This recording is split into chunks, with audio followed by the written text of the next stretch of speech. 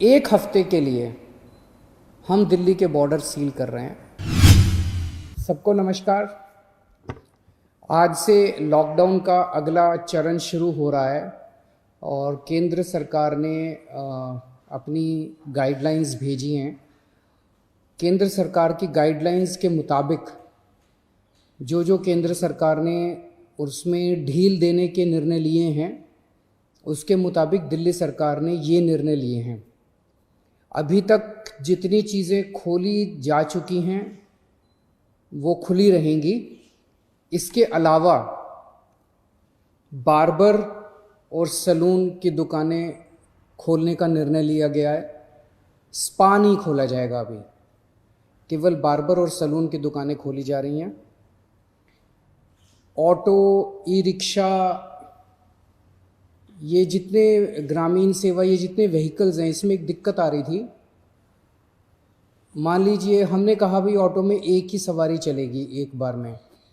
अब एक परिवार से पति, पत्नी और एक बच्चा अगर घर से निकले तो अब वो पति अलग ऑटो में बैठेगा, पत्नी अलग ऑटो में और बच्चा अलग ऑटो में। इसकी वजह से कई जगह से सुझाव आए थे कि ये थोड़ा सा इम्प्रैक्टिकल हो रहा है। तो चूंकि केंद्र सरकार ने भी इसके ऊपर कोई रिस्ट्रिक्शन नहीं रखा है, तो इस किस्म के रिस्ट्रिक्शन हम भी हटा रहे हैं। केंद्र सरकार ने निर्णय लिया है कि रात को 9 बजे से सुबह 5 बजे तक एसेंशियल सर्विसेज को छोड़ के बाहर कोई नहीं निकलेगा। दिल्ली सरकार भी वो निर्णय लागू करने जा रही है। अभी तक ये था कि 4 व्हीलर्स में केवल ड्राइवर के अलावा 2 लोग बैठेंगे और स्कूटर पे पीछे कोई सवारी नहीं बैठेगी। लेकिन केंद्र सरकार ने अब इसको हटा दिया है, इस कंडीशन को। तो दिल्ली सरकार भी केंद्र सरकार के निर्णय के अनुसार उसको हटा रही है। मार्केट्स में अभी तक हम लोगों ने ऑड इवन लागू किया था कि एक दिन ऑड दुकानें खुलेंगी, एक दिन इवन दुकानें। केंद्र सरकार के गाइडलाइंस में इस तरह की कोई कंडीशन नहीं है, तो अब मार्केट्स में सभी दुकानें खुलेंगी। पिछली बार केंद्र सरकार ने कहा था कि इंडस्ट्रियल एरिया में स्टैगर्ड टाइमिंग्स लागू किए जाएंगे, तो हमने भी उसी के हिसाब से स्टैगर्ड टाइमिंग्स किए थे। लेकिन अब केंद्र सरकार ने वो निर्णय हटा दिया, तो दिल्ली में भी इंडस्ट्रीज़, अब सारी इंडस्ट्रीज़ खुल सकेंगी। अब मैं आपके सामने एक महत्वपूर्ण विषय रखना चाहता हूँ और इस पे आप लोगों का मुझे मार्गदर्शन चाहिए। आज तक मुझे आप लोगों का बहुत स्नेह मिला, बहुत प्यार मिला, बहुत विश्वास मिला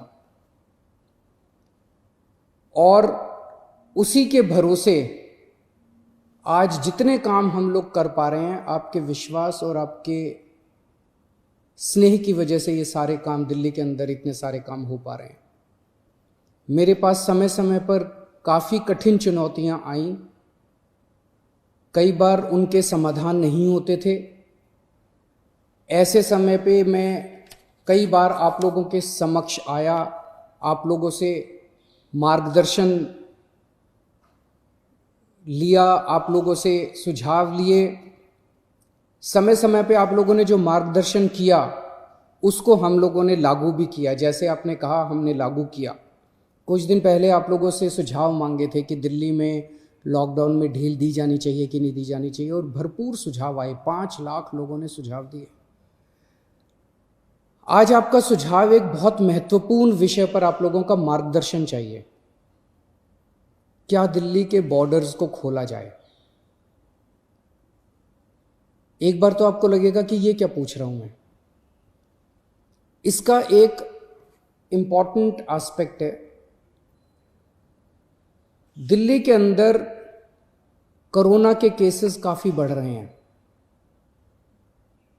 रोज़ हम देखते हैं कि दिल्ली में कोरोना के केसेस बढ़ते जा रहे हैं।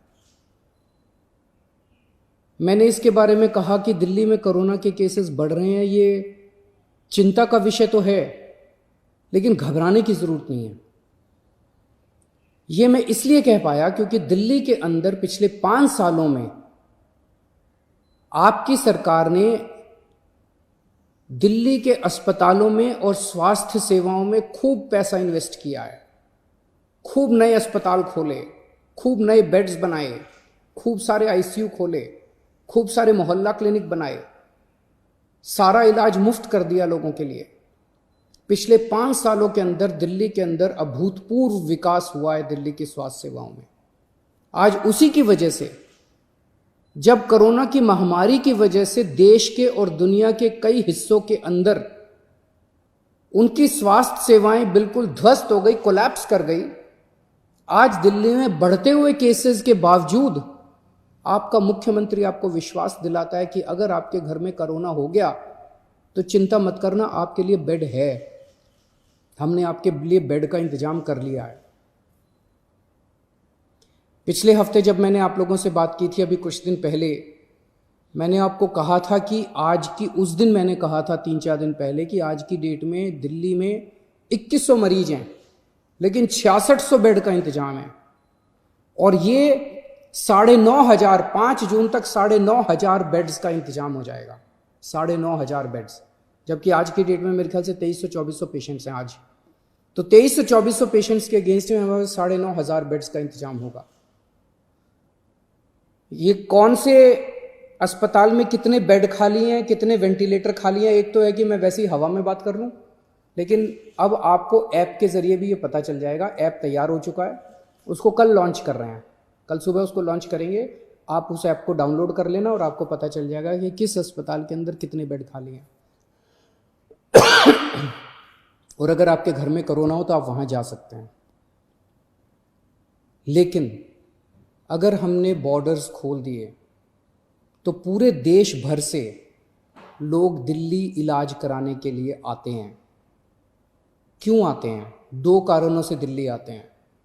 एक कारण कि दिल्ली की स्वास्थ्य सेवाएं आज पूरे देश में किसी भी राज्य से या किसी भी शहर से सबसे ज़्यादा अच्छी हैं। पूरे देश में सबसे अच्छी स्वास्थ्य सेवाएं आपको दिल्ली में मिलती हैं, तो पूरे देश भर से लोग इलाज कराने आते हैं।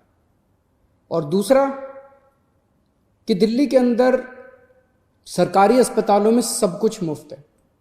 आपका 10 लाख रुपए का भी अगर कोई ऑपरेशन होगा तो वो भी मुफ्त है। तो पूरे देश भर से लोग यहाँ इलाज कराने आते हैं। जैसे हम बॉर्डर्स खोलेंगे, देश भर से लोग अपना इलाज कराने के लिए दिल्ली में आएंगे। जो आज मैं आपको कह रहा हूँ कि 9,500 बेड्स हम लोगों ने आपके लिए रखे हुए हैं अगर कोरोना हो जाता है, जबकि आज दिल्ली में केवल 2300 पेशेंट्स हैं। ये बेड्स तो 2 दिन के अंदर भर जाएंगे अगर पूरे देश भर से लोग दिल्ली के अंदर आ गए। तो हमें क्या करना चाहिए? क्या बॉर्डर्स खोलने चाहिए या नहीं खोलने चाहिए? कुछ लोगों का कहना है बॉर्डर्स खोल देने चाहिए, लेकिन दिल्ली के अस्पतालों को केवल दिल्ली के लोगों के लिए, दिल्ली में रहने वाले लोगों के लिए, दिल्ली में जो लोग रह रहे हैं उनके लिए, उनके इलाज के लिए दिल्ली के अस्पतालों को इस्तेमाल किया जाए, उनके लिए रिजर्व किया जाए। लेकिन दिल्ली तो दिल वालों की है, दिल्ली तो सबकी है, दिल्ली तो देश की राजधानी है। दिल्ली तो केरला वालों की भी है, तमिलनाडु वालों की भी है, यूपी वालों की भी है, बिहार वालों की भी है, झारखंड वालों की भी है, महाराष्ट्र वालों की भी है। दिल्ली तो आज तक सबका इलाज करती आई है, फिर दिल्ली मना कैसे कर सकती है किसी का इलाज करने के लिए?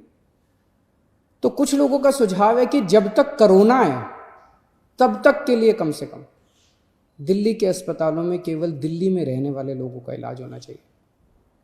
क्या होना चाहिए? बहुत सारे सुझाव हैं। मुझे आपसे मार्गदर्शन चाहिए और हमें क्या करना चाहिए, आप हमें इस बारे में सुझाव भेजें।